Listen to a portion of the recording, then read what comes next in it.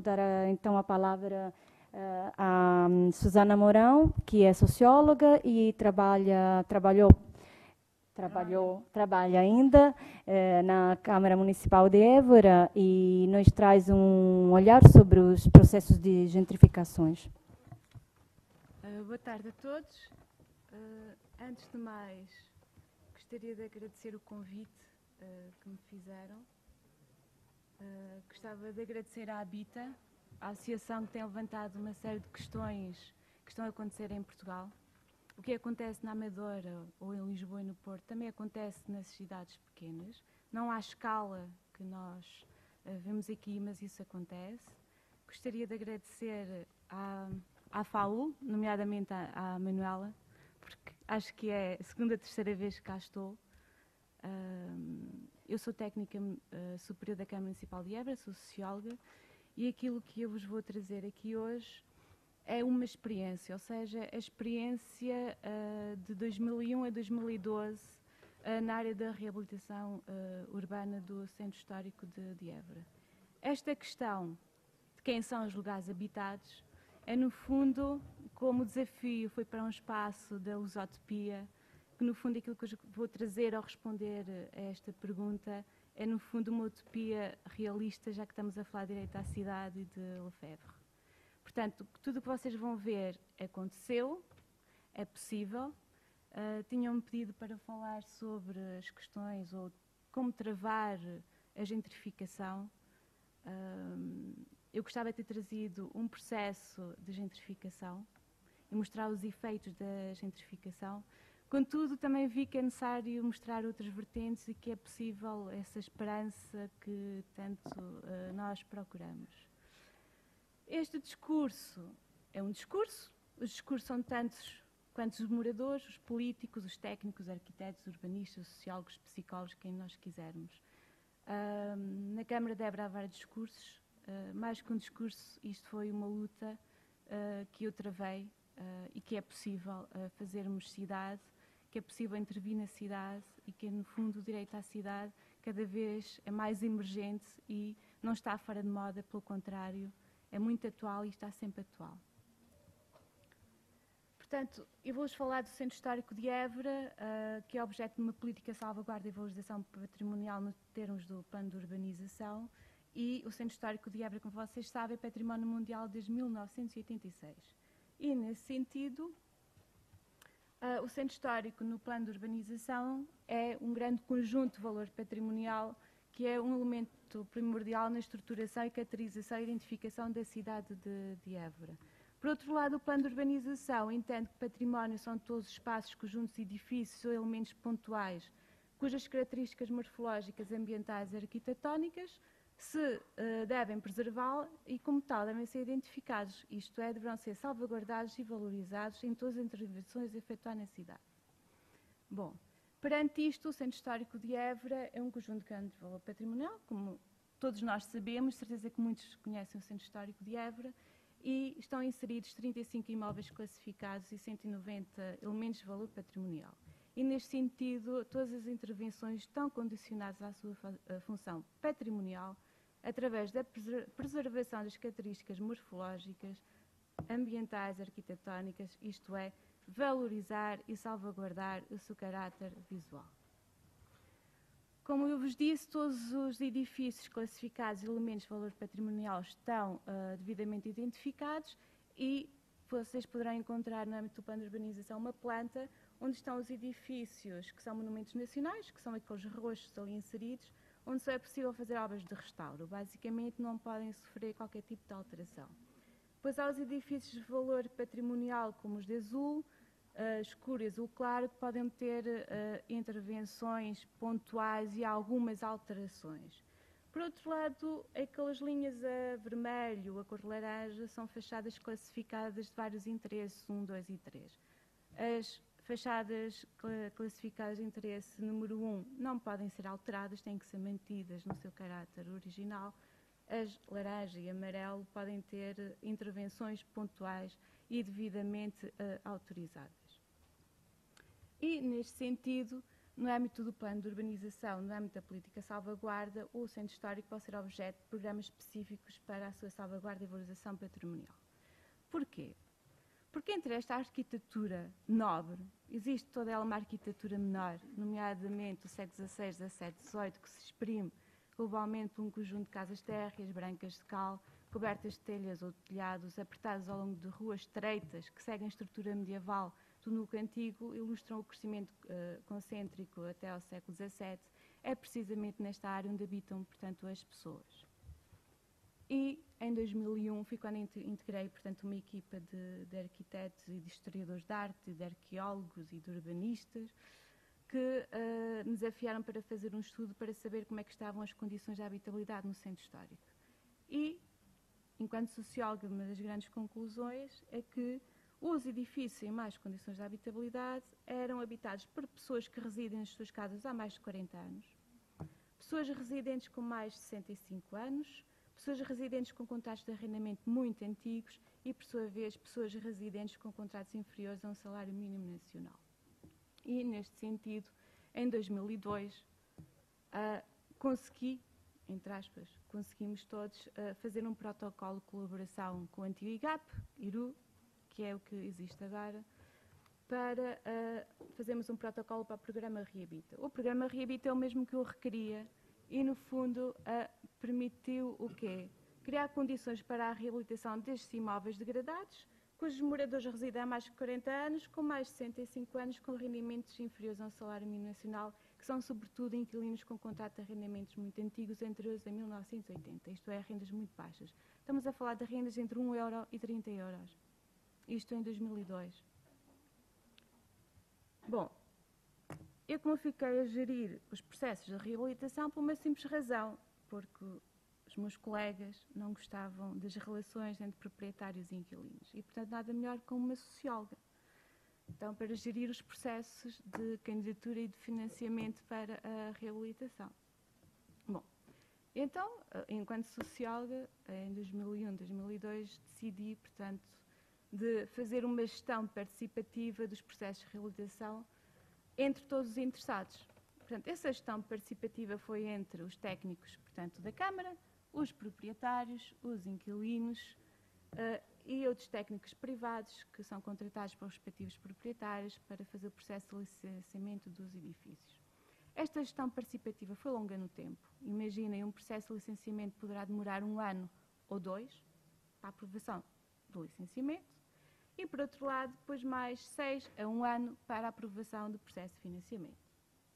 E, portanto, estamos a falar de 2, 3, 4 anos a falar com todos estes interessados, proprietários, inquilinos, arquitetos, os técnicos, instituições. Bom, o que aconteceu? Na gestão participativa, os moradores arrendatários não foram só apenas observadores da realização dos seus projetos, mas participantes em todas as etapas dos projetos de reabilitação. Porquê? Em primeiro lugar, o edifício só entrou no processo de reabilitação se o morador desejasse uma reabilitação. E para isso ele tinha que se queixar de que vivia em más condições de habitabilidade. Por outro lado, quando começa todo um mecanismo desta natureza que é administrativo, ao abrigo do 555 e ao abrigo do NRAL, agora não vou entrar por aí, os processos de reabilitação com o tempo transformaram-se numa gestão relacional. Isto porque nós deixamos de ser doutores, arquitetos ou o que quer que seja. Portanto, somos todos e todos temos o mesmo objetivo, que é a reabilitação, portanto, do edifício. O que aconteceu no âmbito desta gestão relacional? Foi extremamente importante porque nos processos de reabilitação profunda, isto é, em edifícios que estavam mesmo em más condições de habitabilidade, que precisavam de obras curativas, estou a falar de estruturas, coberturas, instalações sanitárias, cozinhas e por aí fora, os moradores tinham que sair temporariamente das suas casas. E quando eu pensava que eles durante 3, 4, 5 anos, todos os anos no verão, vinham ter comigo, doutor, já posso calhar a minha casa ou a senhoria vai fazer a obra? Eu dizia, vamos aguardar mais um bocadinho e tal.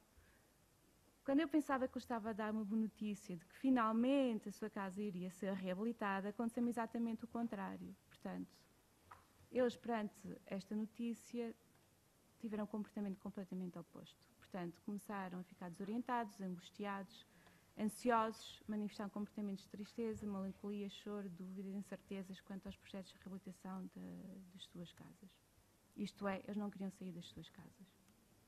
Na altura eu falei isto, mas ninguém me deu ouvidos. Diziam que a participação não levava a lado nenhum, porque as pessoas no final nunca sabiam o que queriam. E, através desta gestão relacional, possibilitou, digamos assim, eu entrar nesta experiência com os moradores no centro histórico, que revelaram a sua subjetividade através da experiência do seu corpo enquanto expressão emocional. Porquê? Toda a linguagem que eles me estavam a transmitir era completamente diferente. Toda a forma como elas falavam em termos de emoções era através do seu corpo. E foi recusando à privação sensorial e à passividade corporal e dando lugar à subjetividade dos moradores, surgiu a possibilidade da realização de práticas audiovisuais segundo um método exploratório para o conhecimento desta experiência corporal enquanto expressão emocional dos sujeitos, estou a falar dos moradores, no âmbito dos processos de reabilitação. Os moradores não foram apenas objetos de estudo, mas sujeitos desta experiência, e o filme exploratório desenvolveu a segunda fase do processo de reabilitação das obras da sua casa. Começou com a preparação da mudança para a casa temporária, a casa vazia, a casa em obras, a casa reabilitada e, por último, o regresso à casa. A minha amiga Marta Gavão Lucas foi quem me apoiou neste projeto para fazer as filmagens e usamos os meios que tínhamos. Uma simples câmara Sony Mini DV. E vou-vos falar de um processo de reabilitação. Vocês não vão ver o vídeo e vão ver videostilos, portanto, dessa experiência. Está aqui uma carta de uma moradora em 2001 que se queixou à Câmara a dizer que a sua casa não tem condições de habitabilidade. Em 2006 entrou o processo de licenciamento, portanto, na Câmara, que foi aprovado. Olhando para esta proposta muito simples, aquilo que nós vemos aqui é um espaço vazio, que futuramente se pretende que é uma habitação, porque tem ali uma casa de banho e uma cozinha desenhada. E mais nada sabemos. Então eu convido-vos a entrar por esta porta e vamos ver o que é que está por dentro desta porta. E aquilo que encontramos é uma casa cheia de coisas, móveis, mais coisas e móveis, objetos e mais objetos. E a grande pergunta é de quem são estas coisas, como móveis, roupas, utensílios, objetos. E apresento-vos a Dona Henriqueta. Esta é a moradora, portanto, desta habitação. E por aqui incrível que pareça, hoje é dia 5 de junho de 2015, no dia 5 de junho de 1931, nasceu a Dona Henriqueta nesta casa. Portanto, ela faz 84 anos. Ela vai sair pela primeira vez da casa onde nasceu e sempre viveu, porque a sua casa não tem condições de habitabilidade. Ela, nesta altura, em 2007, ela tinha 77 anos. E cá temos a Dona Henriqueta, toda confusa, não sabe onde colocar tantas coisas. Ela já não quer sair. E roupas, ela cheira às roupas, ela conta a história das roupas, onde é que ela foi comprada, as roupas que tem, que nunca vestiu, quanto é que custou em prestações e por aí fora. E sou eu a falar com ela, está completamente desorientada, porque não sabe o que há de fazer à sua vida.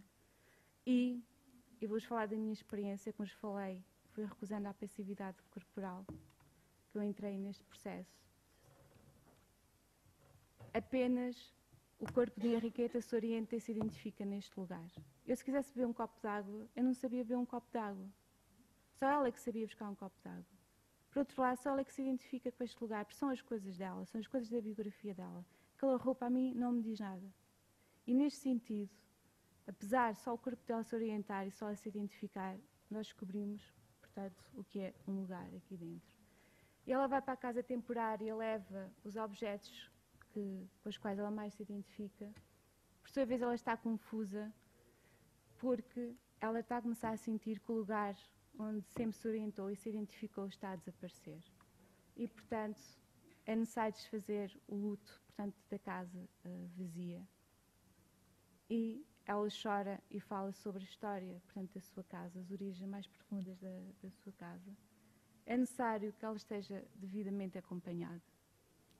Porque o que nós temos aqui é a despedida de um lugar. porque ela só já se orienta e se identifica através da memória deste lugar. Isto é, aquele lugar permanente na vida dela, onde ela sempre se orientou e identificou. No fundo, o seu self mais básico da sua vida desapareceu e é uma imagem no âmbito do seu self autobiográfico. E nesse sentido é necessário mostrar uma ideia de futuro, nada melhor que um arquiteto explicar como é que vai ser a sua casa. É necessário que ela acompanhe a obra da sua casa. E aqui está a Dona Henriqueta a chorar, já em 2010. Esta obra começou em 2007. Porque assim que trocaram a porta, o senhorio não lhe deu a chave. E não lhe deu a chave, ela quer ir para a sua casa. E como ninguém lhe dá a chave, ela não tem acesso, ela não sabe se vai regressar à casa. E, portanto, porque reabilitar é habitar, mesmo que seja enquanto desejo, e mesmo ela não sabendo que se vai ou não para a sua casa. Mas porque os técnicos também se recusam a algumas coisas. Sim, eles um dia regressam às suas casas e com eles vêm os seus objetos que acompanharam ao longo do projeto de realojamento. Mas novamente a casa tem novas funcionalidades e com os seus objetos e vão se adaptando às novas funções da funcionalidade da sua casa. Vêm os objetos biográficos. É claro, enquanto idosa ela também se adaptou às novas tecnologias, nem que seja uma placa. E ela já sabe que o 9 é o máximo. Só que porque vocês devem perguntar para que é que está aqui esta imagem e mais esta. Porque deitar-nos coisas fora da Dona Henriqueta. E, portanto, e através dos objetos, perderam o uso e a função, mas não perderam a sua função existencial, de recordar, de viver e de sentir. E, no fundo, em conclusões, é uma crítica face à política de salvaguarda e valorização patrimonial do centro histórico que assenta em realização de projetos de espaços vazios, subestima os espaços habitados, esquece que a reabilitação é um processo. Enquanto processo, a reabilitação de lugares habitados é uma experiência corporal com a expressão emocional de quem habita. E, neste sentido, reabilitar o centro histórico de Évora é sinónimo de reabilitar o corpo de quem habita. E é com esta foto que eu me despeço e vos digo que o centro histórico, os lugares habitados, são de quem habita.